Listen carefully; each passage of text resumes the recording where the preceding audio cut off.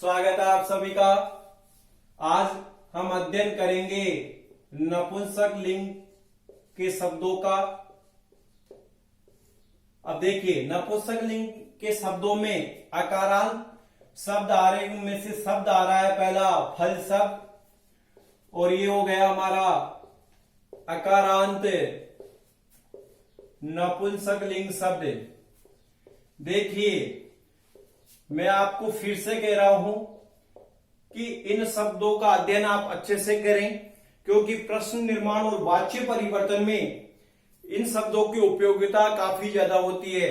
क्योंकि पुल्लिंग के आकारांत शब्द और नपुंसक लिंग के आकारांत शब्द जब हम वाच्य परिवर्तन या प्रश्न निर्माण करते हैं तो हमें पता नहीं होता कि ये पुल्लिंग का है या फिर नपुंसक लिंग का। तो मैंने पुल्लिंग के बहुत सारे शब्द लिखाए थे। लिखने के पश्चात आज भी हम इस फल शब्द के रूप बनाने के बाद आपको बहुत सारे शब्द लिखाऊंगा, और वो शब्द मुख्यतः लिखाऊंगा जो परीक्षाओं में बार बार पूछे जाते हैं या फिर उदाहरणों की दृष्टि से ज्यादा महत्वपूर्ण है। देखिए, इसके हम शब्द रूप बनाते हैं। वो ही हमारी पहले वाली प्रक्रिया विभक्ति, एक वचनम, द्विवचनम और बहुवचनम। देखिए, इसके जो शब्द रूप हमारे बनेंगे प्रथमा में इसका बनेगा फलम, फले, फलानी। द्वितीय में भी ऐसा का ऐसा ही रहेगा, सेम। क्योंकि नपुंसक लिंग के शब्दों में प्रथमा और द्वितीय विभक्ति में जो शब्द रूप बनते हैं बस समान बनते हैं, फलम, फले, फलानी। अब तृतीय पुल्लिंग के आकारांत जो शब्द है उन्हीं के अनुरूप बनेंगे ये, फलेन, फलाभ्याम, फलैहि, फलै, है। आई की मात्रा तो हम हे पे भी आई की मात्रा लगाए। चतुर्थी फलाय, फलाभ्याम, फलेभ्यः। पंचमी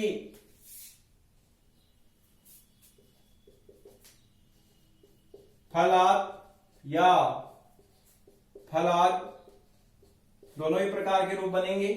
फलाभ्याम, फलेभ्यः। षष्ठी में बनेगा हमारा फलस्य, फलयोः, फलानाम। सप्तमी में हो गया फले, फलयोः, फलेषु। और संबोधन का रूप बनेगा यहां पे हे फल, हे फले और हे फलानी। हे फलानी उच्चारण देख लीजिए एक बार। फलम, फले, फलानी, फलम, फले, फलानी, फलेन, फलाभ्याम, फलैहि, फलाय, फलाभ्याम, फलेभ्यः, फलात या फलात, फलाभ्याम, फलेभ्यः, फलस्य, फलयोः, फलानाम, फले, फलयोः, फलेषु। हे फल, हे फले, हे फलानी। अब एक बात और यहीं पे ध्यान रख लीजिए, अगर शब्द में री रस होता तो यहां पे भी ऋणत्व कार्य होता, क्योंकि यहां पद के अंत में नहीं है। या तृतीय में भी होता और षष्ठी में भी होता। संबोधन में तो होगा ही होगा, जब प्रथमा बहुवचन में होगा तो। लिख लीजिए जल्दी से। अब हम नपुंसक लिंग के यहाँ आप लोगों को शब्द लिखाते हैं जो मुख्य रूप से है। देखिए, अब एक लाइन छोड़ करके जो मैं आप लोगों को शब्द लिखा रहा हूं उन शब्दों को लिखिएगा जो अब तक हम लिखते आए हैं शब्द रूपों के नीचे।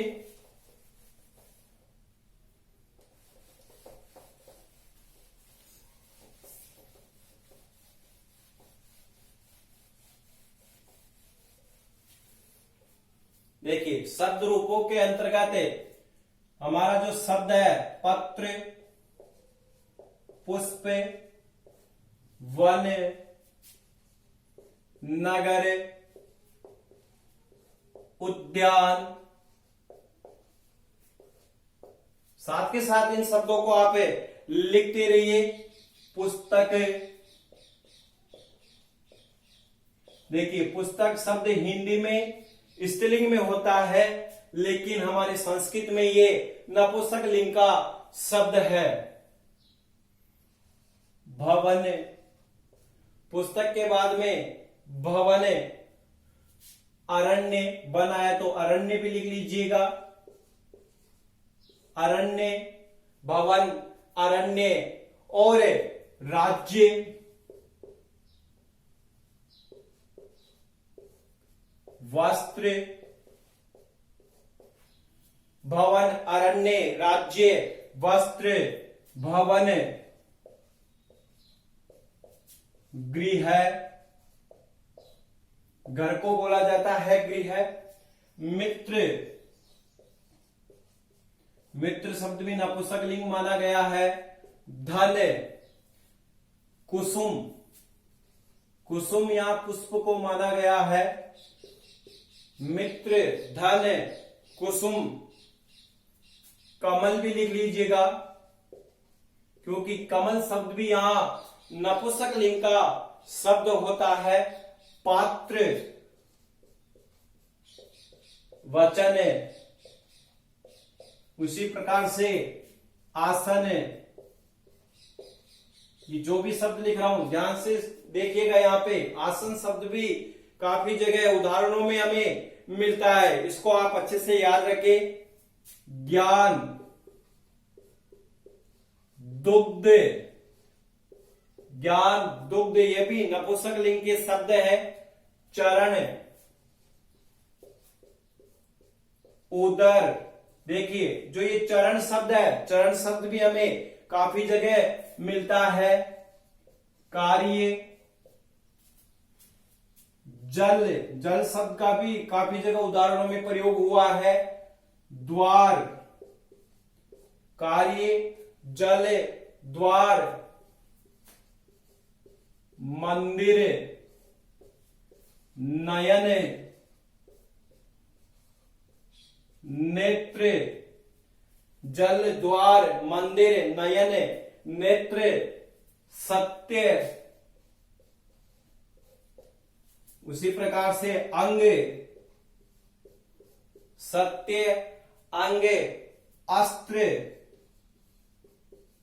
फेंक करके चलाया जाने वाला अस्त्र कहलाता है, और हाथ में पकड़ करके जिसको हम चलाते हैं वो शस्त्र कहलाता है, जैसे तलवार इत्यादि। और विष, भोजन,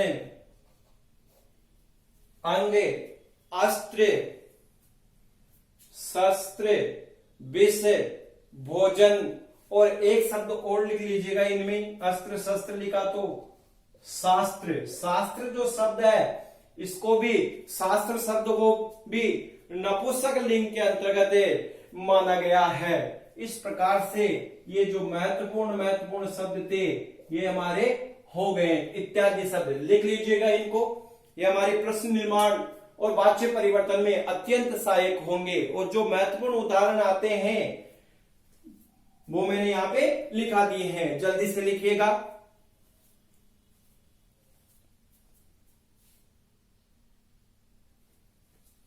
अब देखिए हम शब्द रूप भी बनाना यहां पे देख लेते हैं इन्हीं शब्दों का।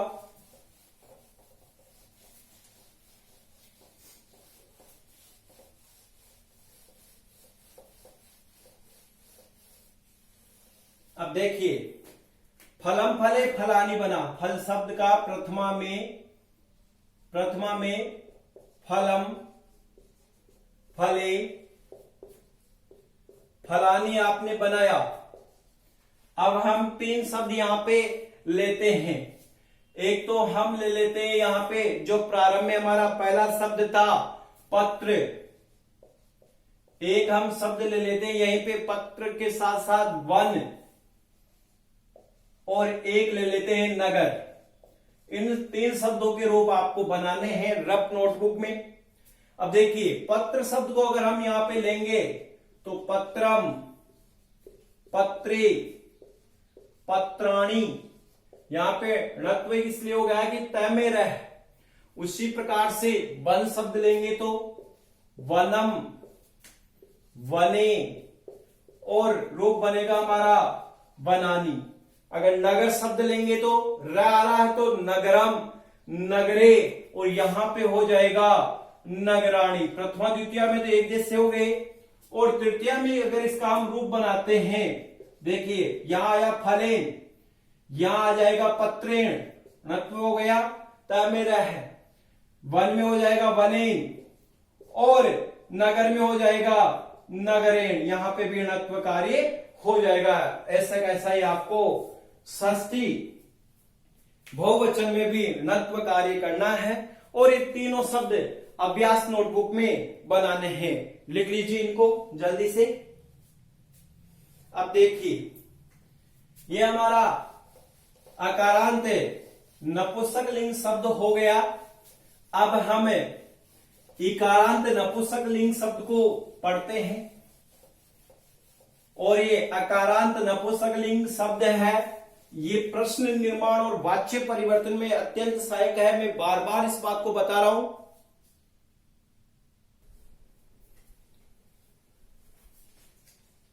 वारी, वारी का अर्थ होता है जल, और यह है इकारांत नपुंसक लिंग शब्द।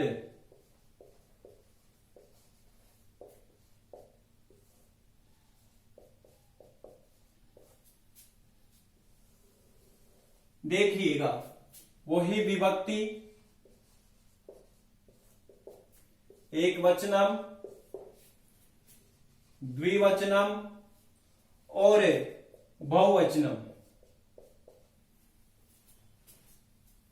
प्रथमा में इसका रूप बनेगा वारी, वारिणी, वारिणी। ध्यान से देख लीजिएगा, यहां पे द्विवचन में हमेशा जो ई होगी वो दीर्घ होगी और बहुवचन में ह्रस्व होगी। अब यहां पे 2 ई आ रही है, एक तरफ ह्रस्व एक तरफ दीर्घ है। आप यहीं पे ध्यान रख लें, एक शब्द को ले लें कि द्विवचन में ई लास्ट वाली जो अंतिम वाली है वो दीर्घ होगी, तो निश्चित है बहुवचन में लास्ट वाली ह्रस्व हो जाएगी। अगर शब्द में एक ई दीर्घ है तो निश्चित है एक ह्रस्व होगी। अगर एक दीर्घ आ रही है तो निश्चित है दूसरी ह्रस्व होगी। आप इसी ट्रिक को ध्यान रखें। यहाँ पे कभी कभी यहीं पे जाकर हमसे गलतियां होती है कि द्विवचन का कौन सा होता है और बहुवचन का शुद्ध कौन सा होता है। कभी कभी शब्द ऐसा दे देता है वारिणी, यहाँ ई भी दीर्घ दे देता है और हम यहीं पे उसको गलत कर देते हैं ध्यान रखने की जगह। तो आप ध्यान रखना, अगर ई बड़ी है, अगर पीछे वाली तो निश्चित है उससे पहले वाली ह्रस्व होगी। द्विवचन में हमेशा बड़ी होगी, दीर्घ होगी, और बहुवचन में हमेशा जो अंतिम वाली ई है वो ह्रस्व होगी। तो निश्चित है ये ह्रस्व तो ये दीर्घ होगी। ऐसा ही मधु शब्द में भी हम पढ़ेंगे जब चर्चा करेंगे। और यहाँ णत्व कार्य किस लिए हुआ, वारी में र आ गया, इस कारण से न को अण यहां हो गया है। इसी प्रकार से द्वितीय में भी वारी, वारिणी, वारिणी, ऐसा कैसा ही बनेगा, हम इसको वापस नहीं लिखे। तृतीया में रूप बनेगा वारिना। देखिए यहां न था लेकिन णत्व कार्य हो गया, किस कारण से, इस रह की वजह से। वारिभ्याम, वारिभिः, साथ के साथ लिखते रहे आप लोग। चतुर्थी में भी वारिणे, वारिभ्याम, वारिभ्यः, चतुर्थी। पंचमी में रूप बन जाएगा वारिणः, वारिभ्याम, वारिभ्यः। षष्ठी में रूप बन जाएगा वारिणः, वारिणोः और वारिणाम। देखो णत्व कार्य इस रह की वजह से यहां हुआ। सप्तमी में रूप बन जाएगा वारिणी। ये रह की वजह से यहां पे भी णत्व कार्य है, वारिणो, वारिसु। संबोधन में इसका जो रूप बनेगा वो दो रूप बनेंगे यहां पे। एक रूप तो ऐसा कैसा ही, हे वारी, और एक रूप इसका बनेगा हे वारे। इस प्रकार से दो रूप बनेंगे। अब ये ऐसा कैसे आ जाएगा, हे वारिणो, वारिणी सॉरी, हे वारिणी और हे वारिणी। यहां पे जो णत्व कार्य है वो अपने णत्व प्रक्रिया के अंदर जो हमने पढ़ा था रीरस है, उस वजह से हुआ है। पद के अंत में नहीं होता तो अपने आप णत्व कार्य हो जाता है। ये पद के अंत में नहीं है क्योंकि पीछे ई है।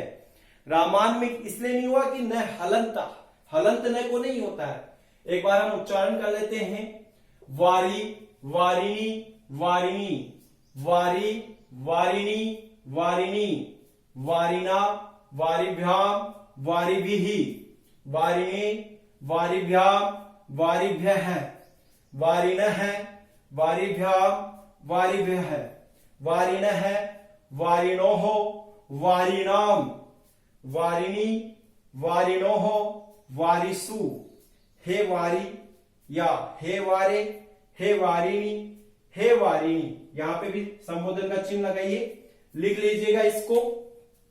अब हम मधु शब्द पढ़ेंगे, जल्दी से लिख लीजिए।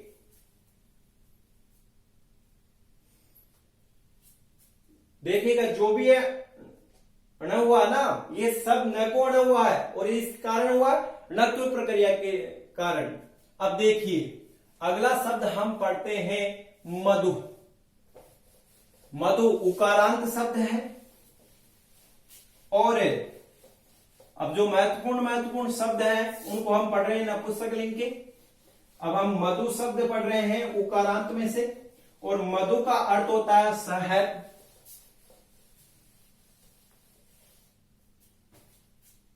नंबर 3 पे हमारा शब्द आया मधु।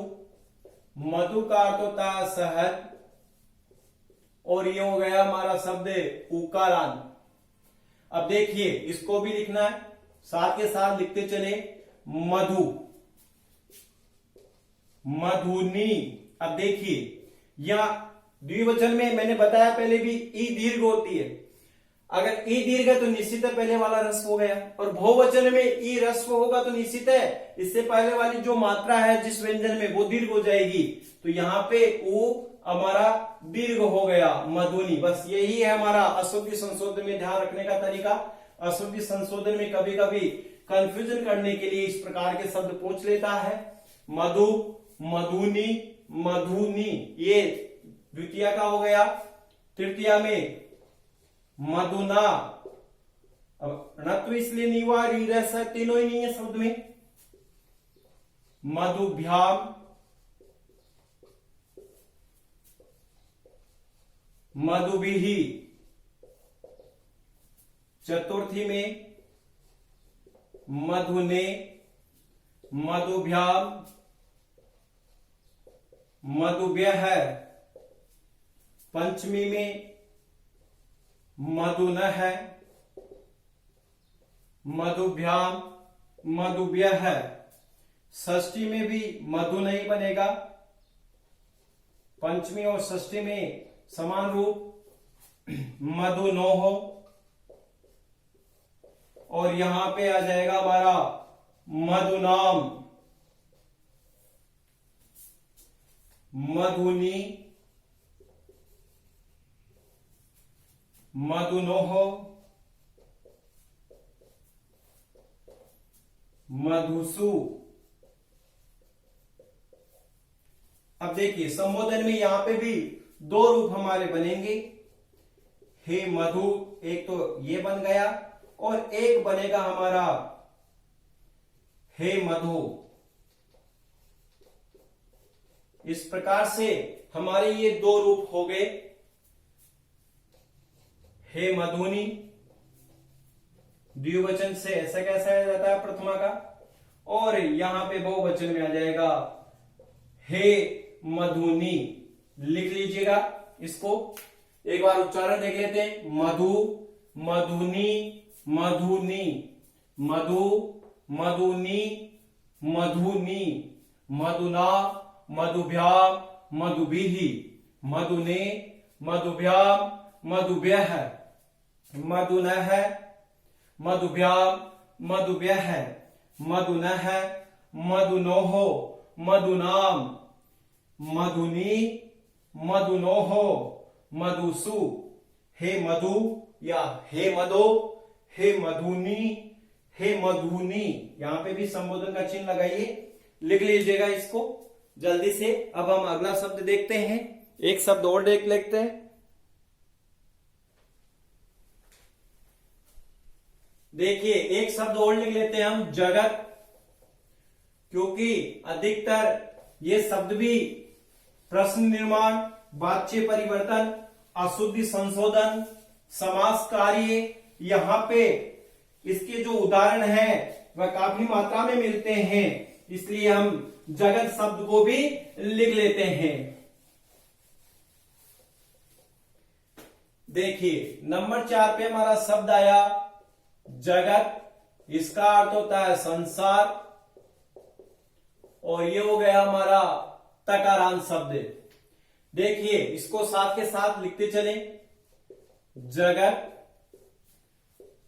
जगती। मैंने कहा द्विवचन में ई जो है वो दीर्घ होगी, लेकिन ध्यान रखना इससे पहले वाला जो ए या ऊ की मात्रा है उसी में नियम था कि ह्रस्व दीर्घ और में नहीं है, अगर आया तो ह्रस्व दीर्घ में नहीं बनाना है। अब यहां पे रूप हो जाएगा जगंती। अब यहां पे नहीं कि आप दीर्घ करने लग जाओ, ये केवल इकारांत और उकारांत शब्दों के लिए है। द्विवचन में भी जगत, जगती, जगंती। तृतीया में हो जाएगा जगता, जगद्भ्याम, जगद्भिः।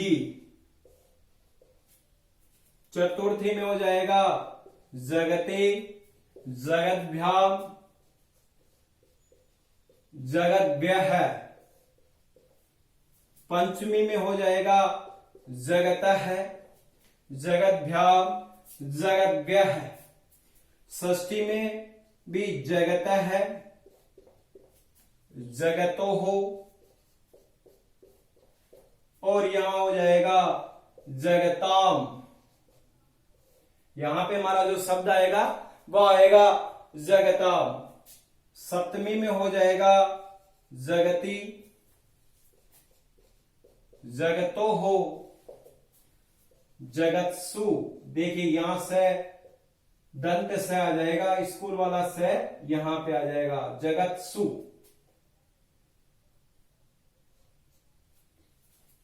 संबोधन में जो इसका रूप बनेगा वो सीधा सीधा ही ऊपर वाली लाइन आ जाएगी, हे जगत, हे जगती